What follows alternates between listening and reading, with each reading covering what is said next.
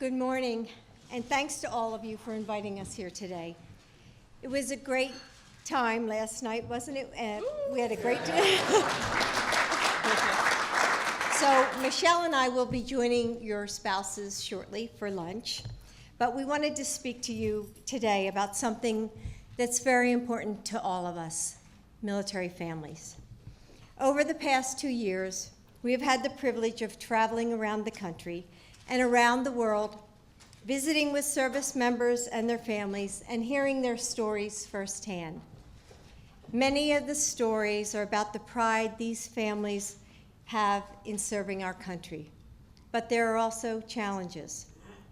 We bring the concerns back to the White House, and the President and the Vice President and the Cabinet have responded by committing attention and resources to support our military families. We know that each of you shares our commitment by supporting our troops and their families.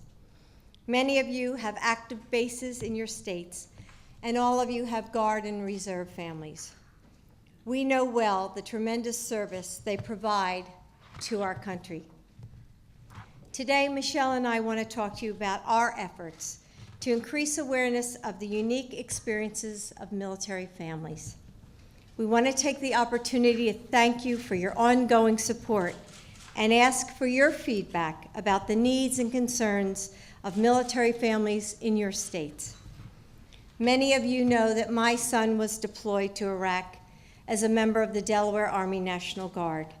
He is back now, but I will always remember the mixture of pride and concern that I felt throughout his deployment.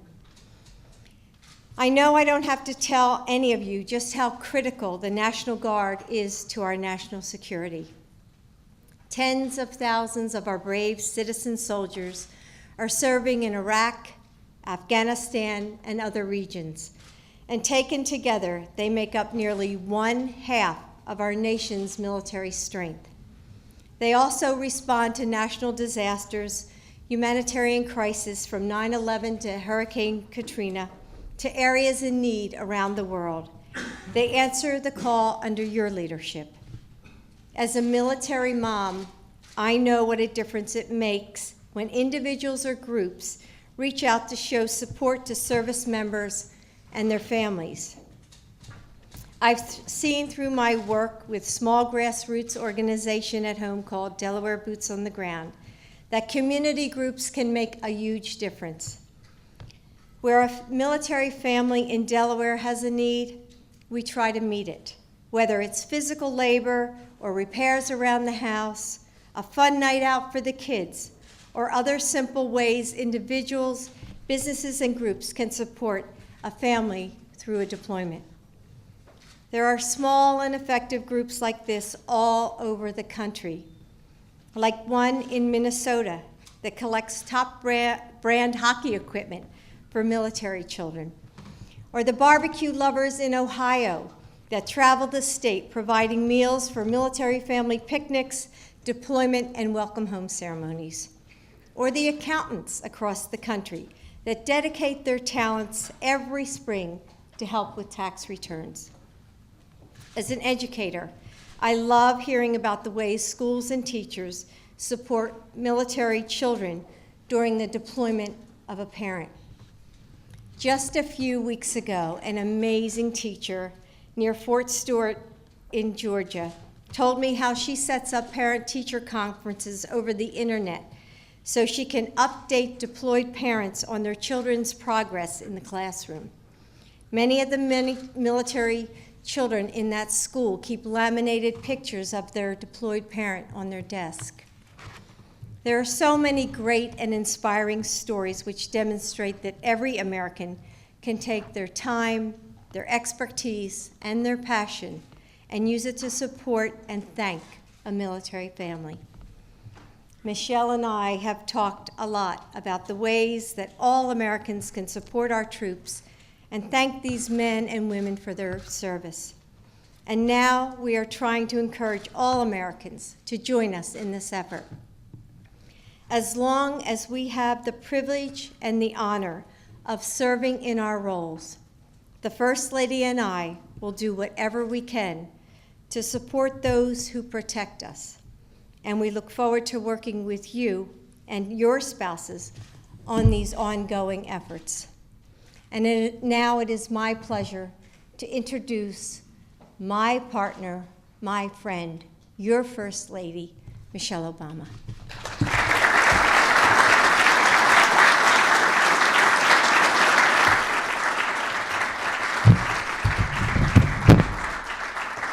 Thank you. Thanks so much, Jill. And again, welcome. I hope you all had a lovely evening last night. I got your groove on.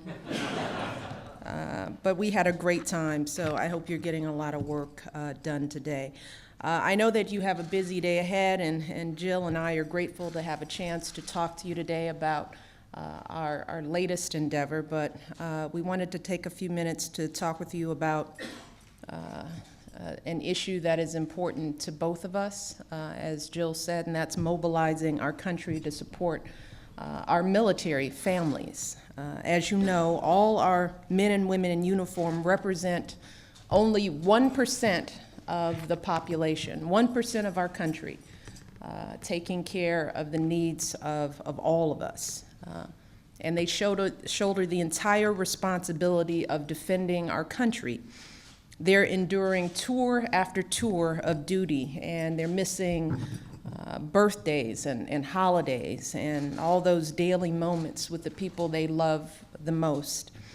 And these men and women aren't the only ones who sacrifice for our country. I said this when I appeared on Oprah, is that it's very easy for us to recognize the men and women in uniform because they're in uniform. But there are people who we don't see who aren't in uniform. And the truth is those are the people who take care of them, and they're their families.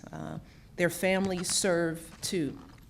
And over the last 2 years, Jill and I have spent a lot of time meeting with spouses who play the role of both parents for months on end.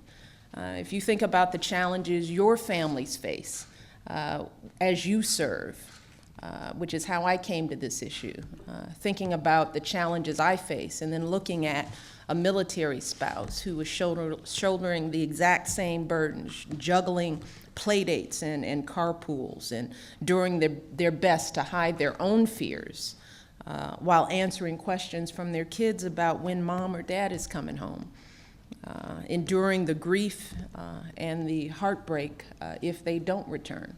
So the thing I had to think about is, if I'm feeling sorry for myself in my role with all that I'm juggling, just imagine if I were in their position with the pressures and the challenges and the uncertainty.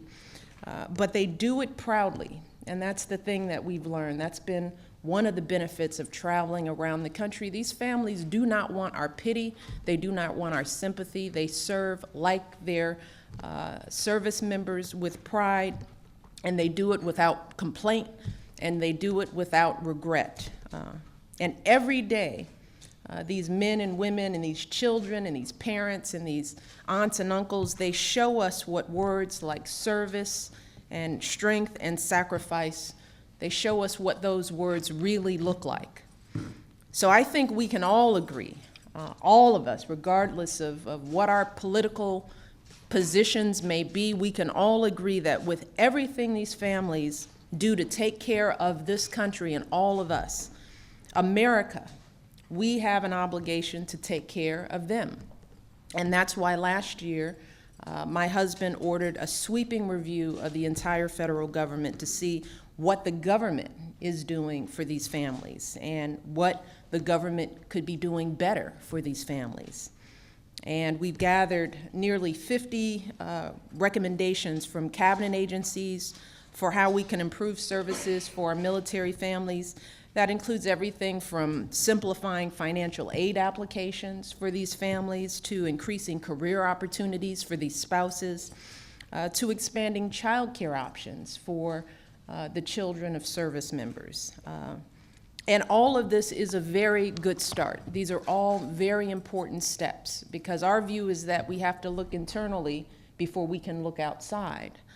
But we know that the needs of our military families won't be met simply by improving the way things work here in Washington. So much of what these folks need are things that government can't provide.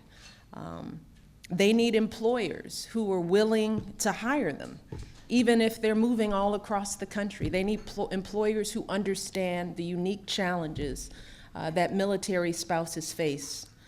They need schools that recognize the unique needs of kids who are facing multiple deployments. They need to know those kids are in their classrooms. They need communities that show gratitude for the sacrifices they're making, not just with words, but with deeds. And not just once in a while, not just on Veterans Day or Memorial Day, but these communities need to rally around these families every single day.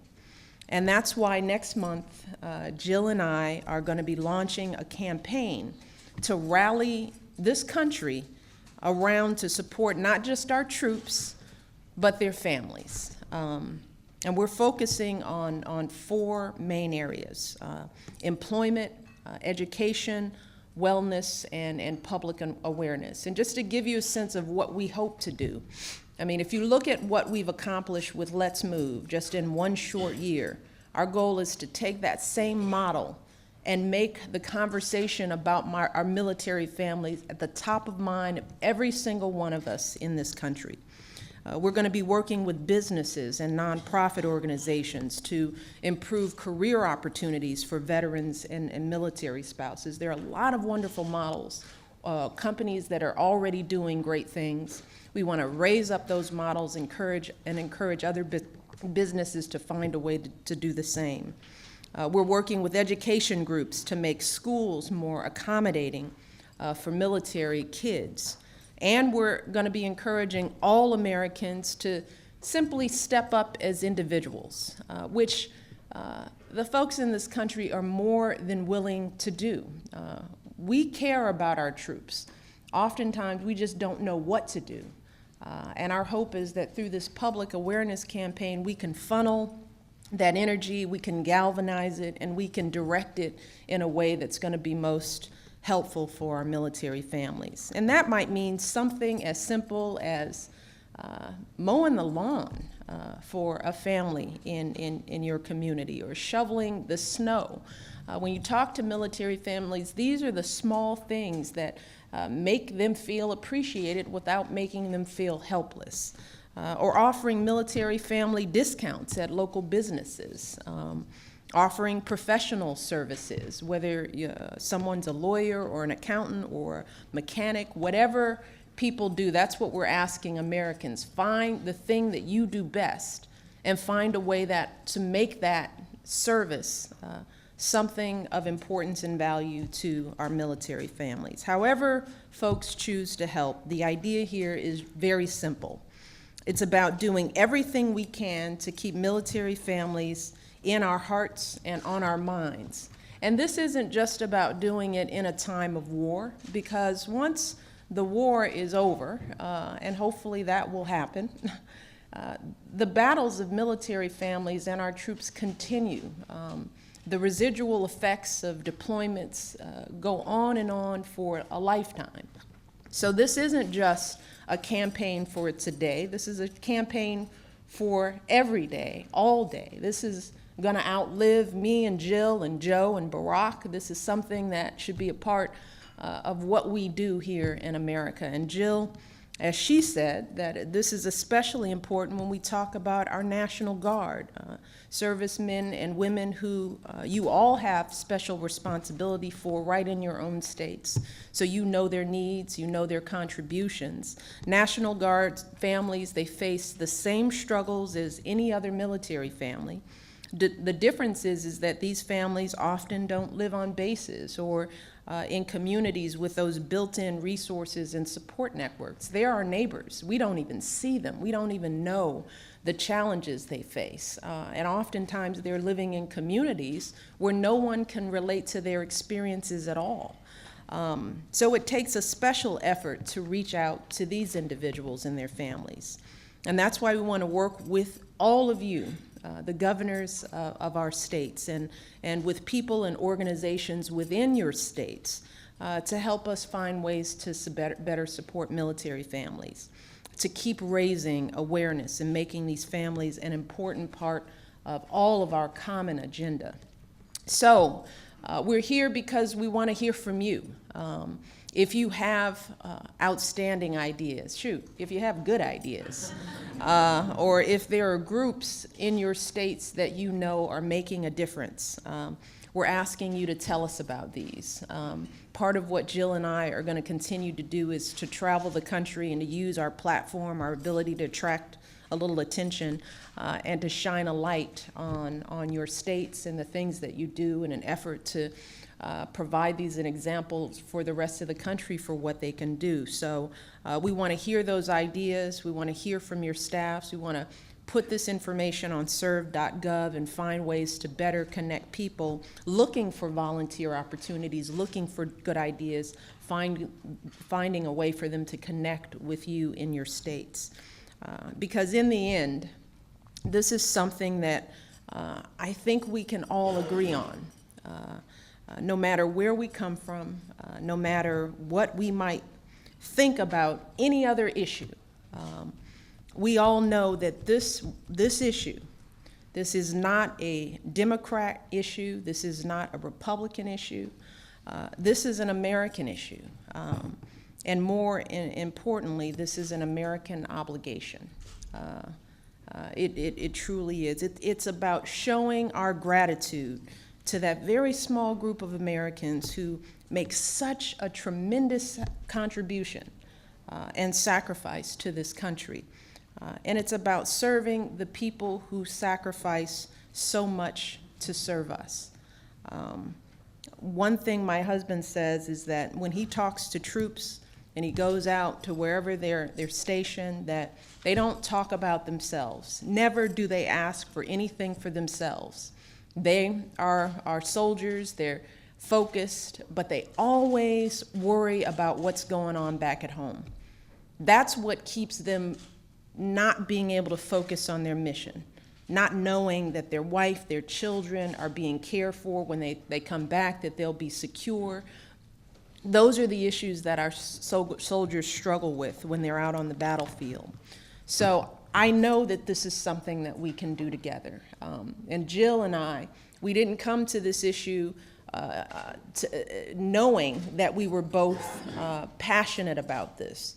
We were blessed to be put together and be able to join forces behind this one issue. And we want the entire nation to feel like this is an obligation that we all can work on together.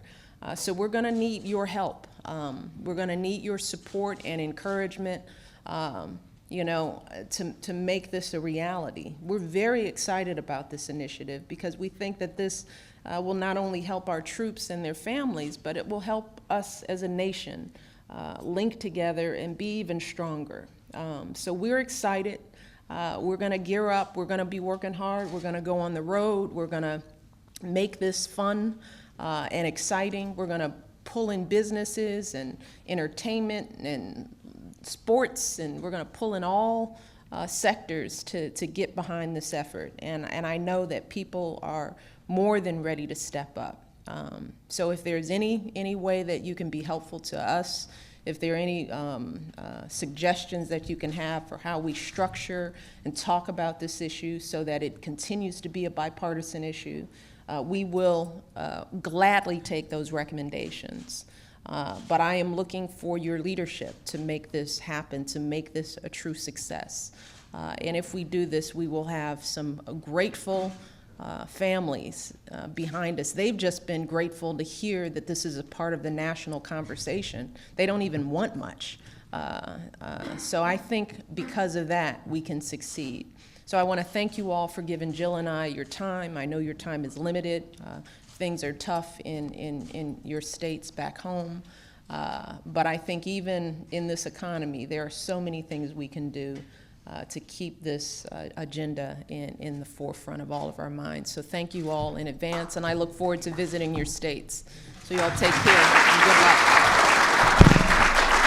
Thank you.